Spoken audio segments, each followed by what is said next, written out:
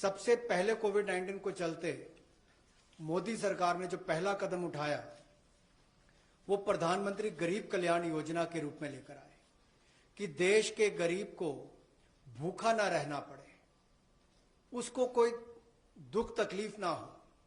और 1,70,000 करोड़ का ये पैकेज माननीय वित्त मंत्री जी ने आप सबके सामने रखा था। और यही नहीं, कंप्लायंस की कोई दिक्कत ना हो कि आपको कानूनी तौर पर वैधानिक रूप से कोई जो नियमों का पालन कर रहा है उसमें आप रह ना जाए, तो उसकी भी छूट 3 महीने का मॉरेटोरियम पीरियड आपको दिया गया।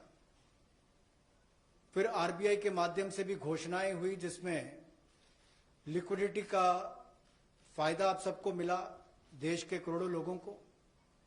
तो मेरा मानना यह है कि रिफॉर्म्स की जब माननीय प्रधानमंत्री जी बात करते हैं कि आत्मनिर्भर भारत हमने बनाना है, तो उसके 5 स्तंभ की उन्होंने बात की है, 5 पिलर्स की बात की है, जिसके विस्तार में उल्लेख माननीय वित्त मंत्री जी ने किया है। मैं एक बात इसमें और कहना चाहता हूं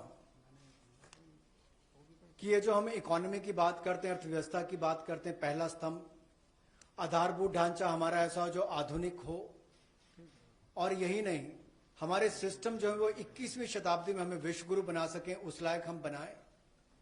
वाइब्रेंट डेमोग्राफी की हम बात करते हैं, युवा शक्ति को हम राष्ट्र शक्ति और राष्ट्र निर्माण के रूप में लगाएं और उनका लाभ उठाएं। और डिमांड को कैसे बढ़ाना है और डिमांड सप्लाई चेन का समन्वय कैसे बना रहे और अर्थव्यवस्था आगे और कैसे बढ़े, इसके इस्तेमाल को करने की भी जरूरत है। बोल्ड रिफॉर्म्स का पूरा लेखा जोखा माननीय वित्त मंत्री जी ने पिछले 6 वर्षों का दिया है। मैं यही कहूंगा, बड़े निर्णय करने के लिए मोदी जी जाने जाते हैं। चाहे वो गुजरात में आए भूकंप के समय वापस कच्छ को खड़े करने की बात हो, या आज के संकट के समय भारत में पीपीई और मास्क के निर्माण की बात हो। और कहीं ना कहीं यही सोच भारत को आत्मनिर्भर भारत बनाने जा रही है।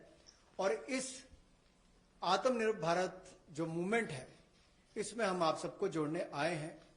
20 लाख करोड़ का ऐतिहासिक पैकेज माननीय मोदी जी ने पिछले कल घोषणा की है और प्रधानमंत्री जी ने हमें निर्देश दिया है कि प्रतिदिन अलग अलग सेक्टर्स को लेकर आप सबके बीच में आकर इसकी विस्तार में हम लोग जानकारी दें।